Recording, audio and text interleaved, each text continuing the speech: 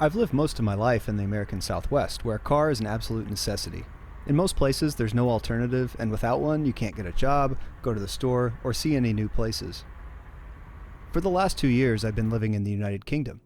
While I am a gearhead and I enjoy the act of driving, I feel that it cuts you off from experiencing a lot of the beauty that the United Kingdom has to offer, and frequently driving isn't the most convenient way to get somewhere. When I first moved here, I intended to cycle more frequently, but it hasn't gone as planned for 2 reasons. First, it rains. A lot. Like, somewhere between a prodigious and a biblical amount. I've never been somewhere with so much rain, and to put it generously, I'm only a fair weather cyclist.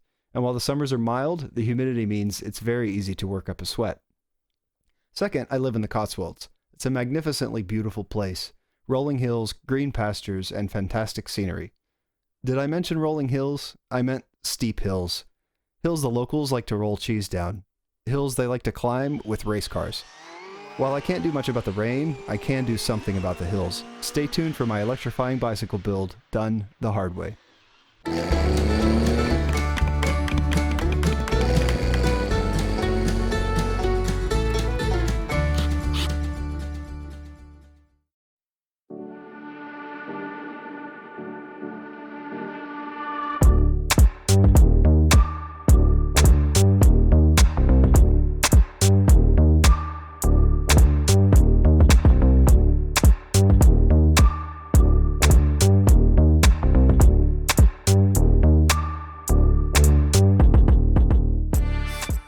I bought this Raleigh Strada City Hybrid through a government-sponsored cycle-to-work scheme with pre-tax pounds, which made this 6061 aluminum frame bike a very reasonable price city commuter.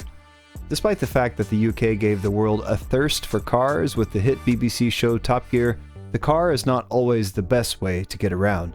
City councils are continually introducing congestion charges, ULEZ zones, and other ways to reduce the number of cars on city streets. Even so, there's only so much pedal power I can wring out of my lunch of fish and chips. The UK limits unlicensed bicycles at 250 watts, but that's still a third of a horsepower I don't have to provide.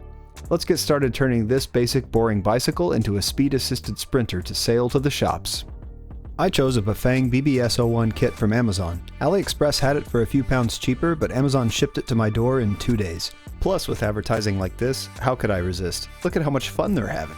The kit came with everything required for the conversion. The motor with integral controller, the chainring, guard, crank arms and tooling, a color LCD display, a thumb throttle, which is technically not legal for unlicensed e-bikes in the UK, and even a headlamp. When it comes to batteries, cheaper is rarely better, and just like a bad bowl of chili, runaway cell failure can really ruin date night. For this reason, I shelled out most of the build cost on a battery from Dillinger UK. They claimed it was filled with 17.5 amp hours worth of Panasonic cells. This battery is significantly more expensive than other options on the market, but it promises to use Panasonic or Sanyo cells with 10 connected serially and 5 in parallel. With the 3.6 volt nominal voltage, the 10 serial cells give the 36 volt pack voltage. Let's crack it open and take a look. The battery has a key, but the weak point is going to be the plastic mounting plate anyway. I guess it will stop opportunists, but a swift kick to the housing and it's coming off. The main screws came out easily, though there's one screw that didn't need to be removed, which is holding the USB port PCB in place. Don't remove this screw because you can't get to the nut on the backside unless you split the case. Once it gets loose, it will just spin forever. Once the halves were free, I reached the point of no return. If I cut the labels, I can kiss the warranty goodbye, but I really wanted to know if the cells were as advertised. To cut or not to cut may not be the question after all. I bought this small borescope a few years back for some car maintenance, and it's come in handy quite a lot. Maybe I can keep the labels intact and check the type without releasing these cells from their, cell. I could just get the camera inside, but the cells were wrapped up with some sort of protective paper. The quality of the wiring and the work looked good, but I couldn't get to an angle that would show the cell label. They were green, though. Oh well. In the interest of science, I took drastic action. With the case now split, you can see the construction of the battery pack. I'm no expert, and this is the first pack I've owned or opened, but I do work in a technical field and the quality is good enough. I feel like there should be more waterproofing than some oiled paper, but they do warn you not to submerge it, on the label, which I just cut in half. Even if the batteries did have more shrink wrap though, I think that would probably just retain more moisture. The BMS is not marked very well, and Google hasn't turned up any information, but if you have any feedback on the quality of this battery for a price of over 400 pounds, let me know. While it seems well built, I feel like this pack is quite expensive, even though it is using good cells. The part number on the battery is for a Panasonic NCR 18650 GA cell with 3450 mAh and good for 10 amps continuous. With 50 cells at just shy of 3 pounds each, that's 150 pounds in cell cost, less than half the total pack cost. At least I know they're the advertised cells, so I'll put it back together and crack on with the build. The first step was to remove the crankset to make room for the motor. It was more compact than I expected from the pictures. This one was good for 250 watts, which is the legal limit for unlicensed e-bikes in the UK. One interesting addition to the kit was this pair of white cotton gloves. Don't forget your PPE, even if it is a little small. Using the supplied tool, remove the cranks from the bottom bracket. That sounds like an easy task, but Raleigh must have used a sledgehammer to install these because it took a lot of force to remove the first one.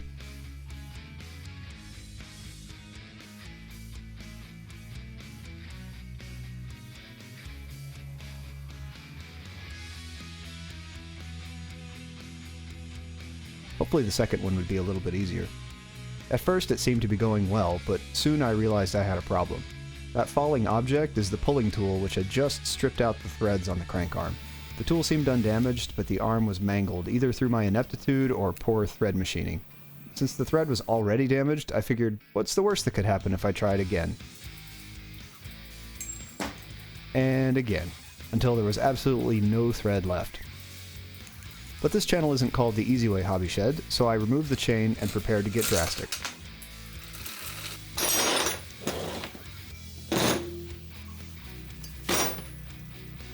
First I tried my 2-jaw bearing puller, but I was only bending the chainring. I thought at first it was moving, but it was just bending the metal. Since the kit came with replacement parts for the crank, the chainring, and the cartridge, I decided to escalate things permanently.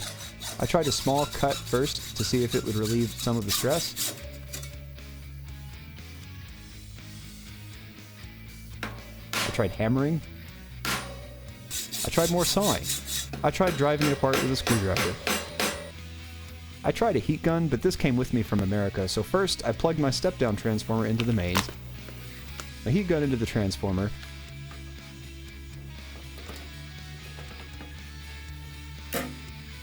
and then heated the crank arm. I tried more hammering, but the heat plus hammering was still not enough. I had to get angry.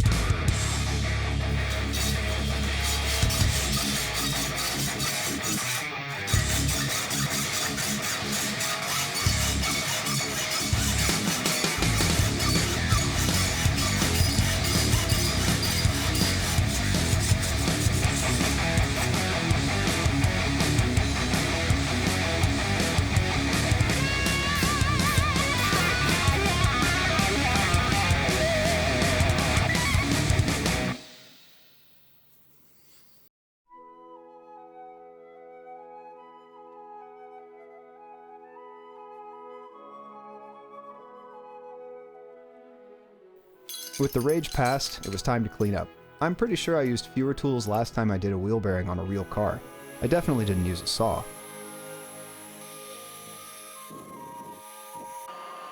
After a quick tidy up, I was ready to take on the next challenge, removing the bottom bracket. This should be a nice, simple task.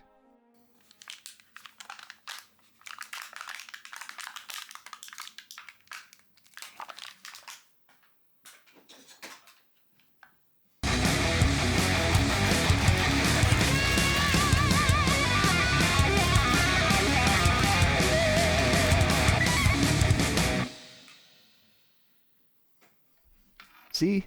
Easy. Now removing nearly new parts should be a snap. I think the Raleigh company pays their assemblers per Newton meter. At the risk of embarrassing myself, I'm showing this video. Like the cranks, the cartridge nuts did not want to leave their home. After dropping the spline tool on my feet a couple of times and struggling with the adjustable wrench, I decided it was better to get a ratchet. Even still, it was not easy to avoid stripping out the teeth on the nuts. Even knowing that the right-hand side nut was left-hand thread, I still ended up breaking it with a wrench, only then to tighten it up again by hand.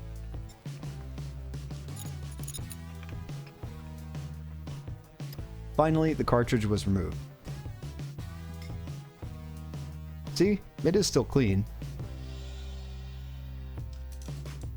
Next, I remove the front derailleur, which is no longer needed.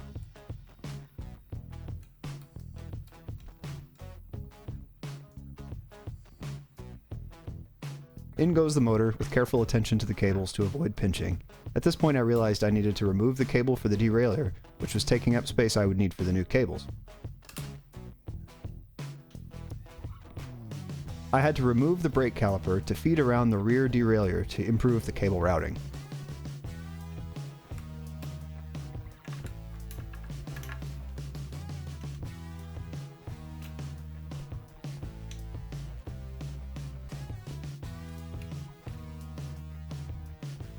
After reinstalling the caliper, I fed the cables through the frame.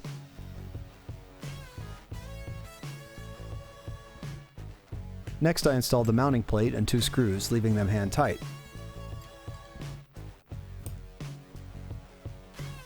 On goes the retaining nut, which is torqued to spec with the provided spanner.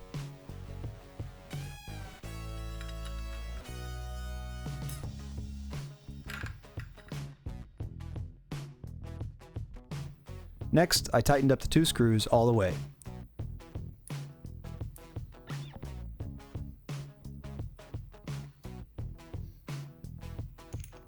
On goes the second retaining nut, torqued with the other end of the provided spanner. With the wheel on to align the caliper, I tightened it completely. A quick flip to right side up and I can install the wheel speed magnet. The screw oddly was not a hex, it was a security Torx bit, which is supposed to prevent theft. Of all the parts on this bike kit, I don't think it's likely that someone's going to steal the wheel speed magnet, but I do appreciate the thought and foresight put into this valuable security feature.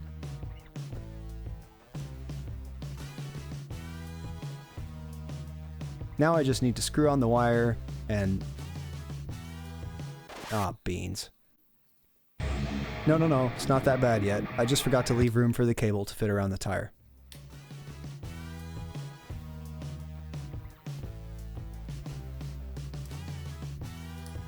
With the zip ties finally in place and the wire secure, I set the correct distance of the sensor to the magnet and installed the set screw.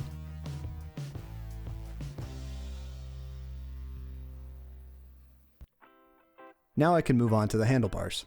The brifter, which I've learned is the most pretentious way to say brake-shifter combination, came loose easily.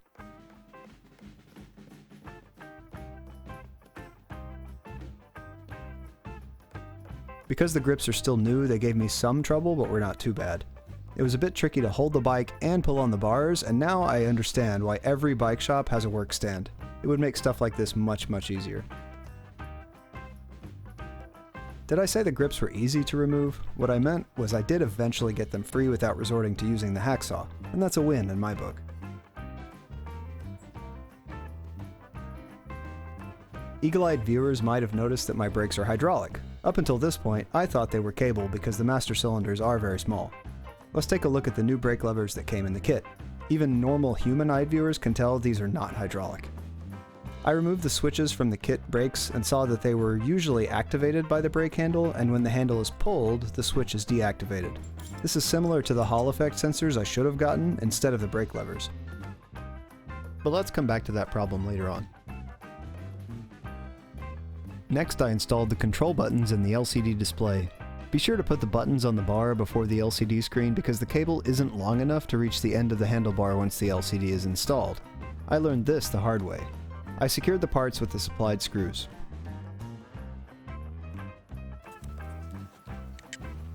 Off comes the right-hand side grip and brifter. You might be saying that this isn't a brifter, which is supposed to be a single lever with a brake and shifter integrated, and not a unit with separate levers, but if you'd like to argue about the intricacies of portmanteaus and whether this is brifty enough for the brifter designation, I'll direct you to the comments section. I slid on the thumb throttle, which I definitely won't be using on the road, and attached it with the thumb screw. With all functions working on the right side, it was time to finish the left side. On goes the bell, the most critical safety feature.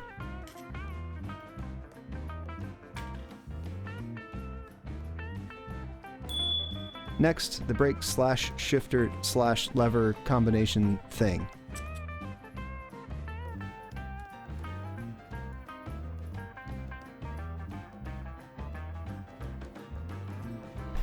I tightened up the bolt with a hex key and slid on the grip. And that's the handlebars sorted. The next task is to install the battery. First, I remove the bottle cage. This battery cradle has some slotted holes to allow it to sit in the right place on the frame, but it's supposed to mount to a round tube even though it's flat on the bottom. Even if it's bolted in tight, it will rock more than Elvis once it's installed, and I mean Milton Berle show Elvis and not Steve Allen show Elvis. With this massive battery attached, it would probably bend the cradle the first time I inevitably trip on the curb and drop it. To give this piece some better stability, it's time to break out Fusion 360 and the 3D printer to make a couple of brackets. They turned out just right. The battery weighs just over 7 pounds. This is about the same as one underfed bald eagle, or for those in the UK and Europe, a poorly named gross of robins. Either way, with the new brackets in place, this battery is securely in its nest.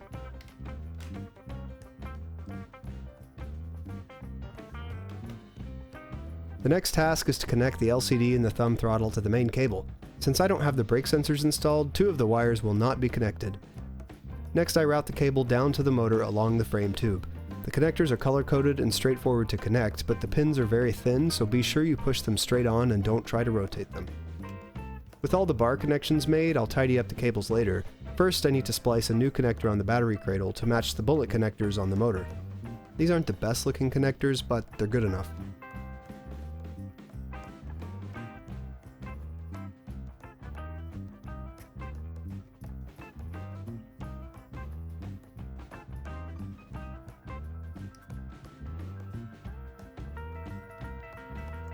After clipping and stripping the wires, applying a little flux and some solder, I wrapped some electrical tape around them to protect the joints. This will be replaced with some heat shrink later on, but it's good enough for now. The next thing to install is the shifter sensor, which gets installed in line with the rear derailleur cable. The sensor detects the cable movement and cuts power temporarily to avoid damaging the gear train. While this motor isn't capable of a huge amount of torque, it's still enough to cause damage. To install it, I clip a length of housing out that matches the length of the sensor, and then slide the sensor on and zip tie it in place. I chose this location because it's close to the motor and the wire can easily be routed.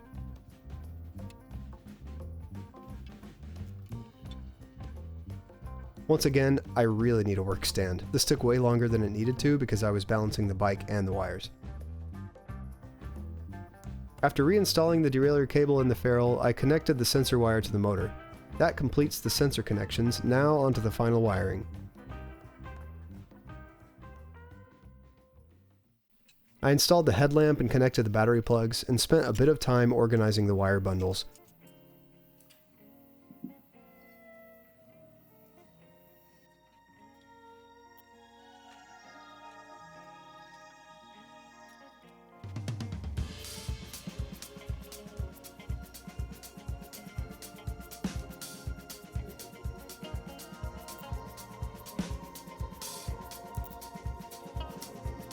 Now for the most satisfying part of installing zip ties.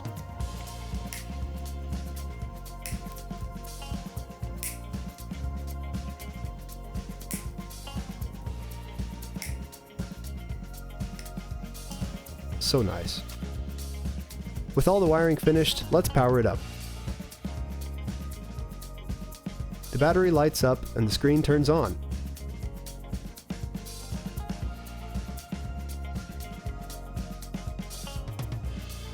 We even get a nice headlight.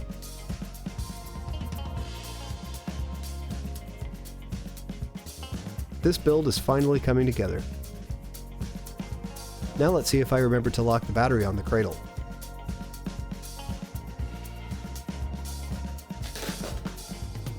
Nope, at least it passed the impact test. Now the chainring goes on with 5 machine screws.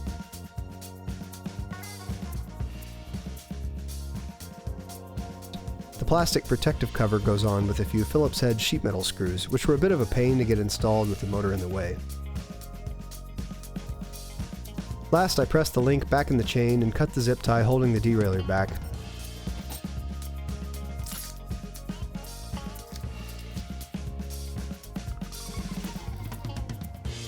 On go the crank arms. I'll torque these to a more reasonable value than Raleigh did to avoid needing the saw again.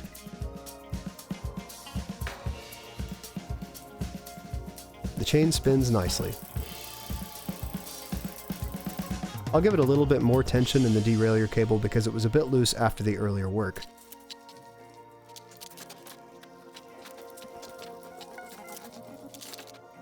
The pedals go on, making sure to put the right thread on each side and torque to spec. I checked all the gears and it moved through them pretty well.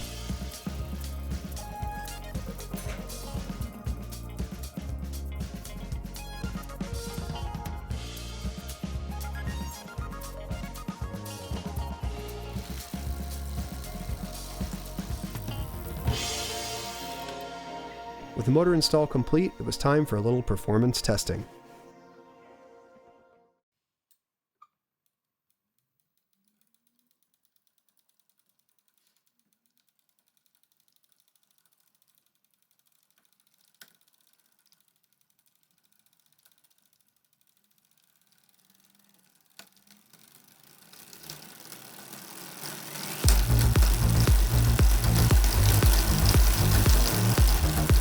Amazingly, this motor pumped out up to 400 watts. This is a pretty hefty load, and I have to say that the batteries must have something to do with it. At 10 amps per cell and 5 in parallel, the pack should be good for 50 amps continuous. For safety and to preserve the battery life, we'll call it 35 amps with a 30% safety margin. At 400 watts, a 36 volt motor should be pulling just over 11 amps, which agrees pretty closely with the cycling computer. Because I don't have a speed sensor with the wheel off, it will only show it for a few seconds before erroring out, but I'm very satisfied with this result. I'm glad I got the good battery because this motor is capable of pulling more than the label right out of the box. After a few pulls, I checked the motor housing with the thermocouple, which was warm to the touch but not hot, at just over 110 degrees Fahrenheit. It's unlikely that this motor will be able to see full load like this for a long time on the road, since the motor will eventually run out of speed on flat ground, and the hills here don't last forever. Plus, if it's going full tilt, there will be some wind to cool it down. I did one more test in top gear where I sequentially staged up the load on the trainer to see where the bike would give up. I gradually upped the wattage until I got to a maximum continuous of 375 watts. Since this is where the motor settled earlier while starting from stationary, I didn't go much past this just to preserve the motor, but I wanted to replicate the result I got earlier. I have to say, Bafang has pretty good reputation, and at least from these numbers, it seems like they deserve it. I was more worried about the chain exploding than the motor.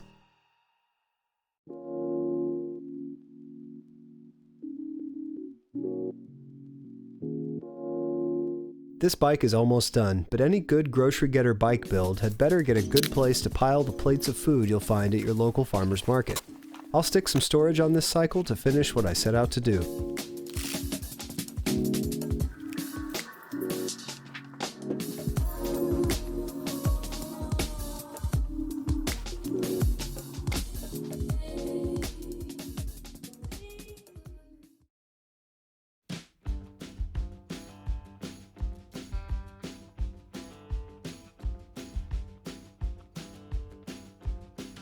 With everything complete and assembled, it was time for my first outing.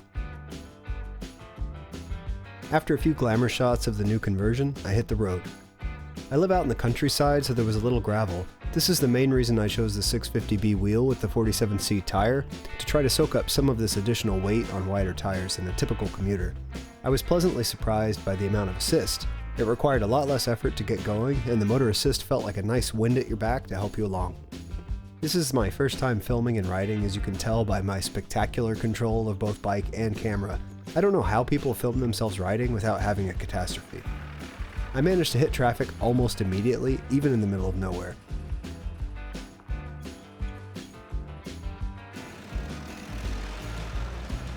Typical. But I see why 250 watts is the lowest level, because I didn't feel like I was flying.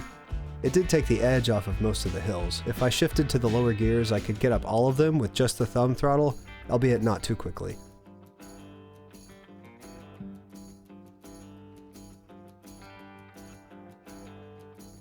The shifting was pretty smooth, but I had to slowly apply power with the pedals when changing gears, or I could hear a lot of popping if I went too hard.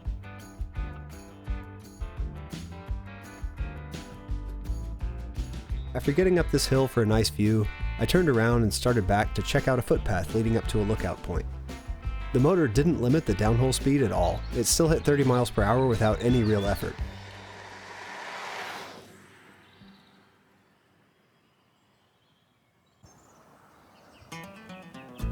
I made my way back down the road to a path to an overlook, which I thought might be a good way to try some dirt and some walking with the bike. I tried to take video using the thumb throttle while walking, but didn't have much luck with all the controls while holding the camera. Having the assist dialed down to 1 and just using the thumb throttle made it much easier to push the bike up the hill, especially with all the added weight. Have I mentioned how beautiful it is here in the spring? It really makes the cold, dark winter months worth it. Everything was going so well. I was looking forward to getting to the top and taking in the view.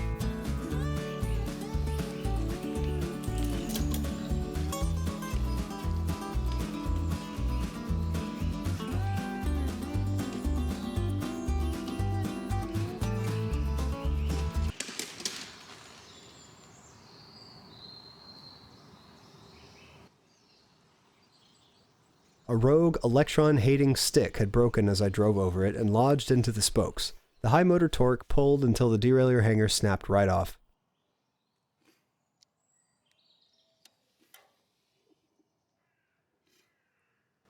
It's one thing I don't have a spare for.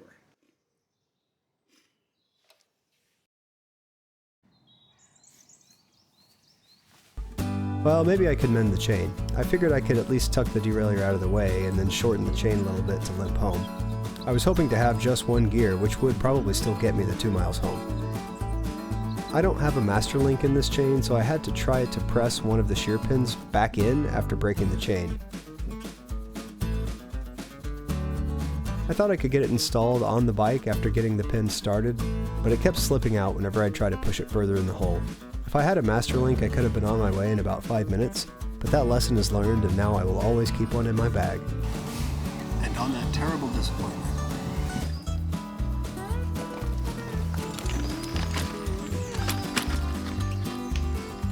At least I couldn't have picked a more peaceful place to have a mechanical breakdown.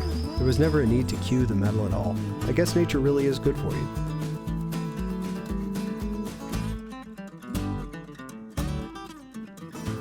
Back to the shed with my chain tucked between my legs. If you enjoyed this video, take 2 seconds to click the thumbs up and subscribe to this channel. If enough people find this content interesting, I might finally have a reason to make the Hardway hobby shed a little bigger. Thanks for watching, and remember, keep your tools oiled and your head dry.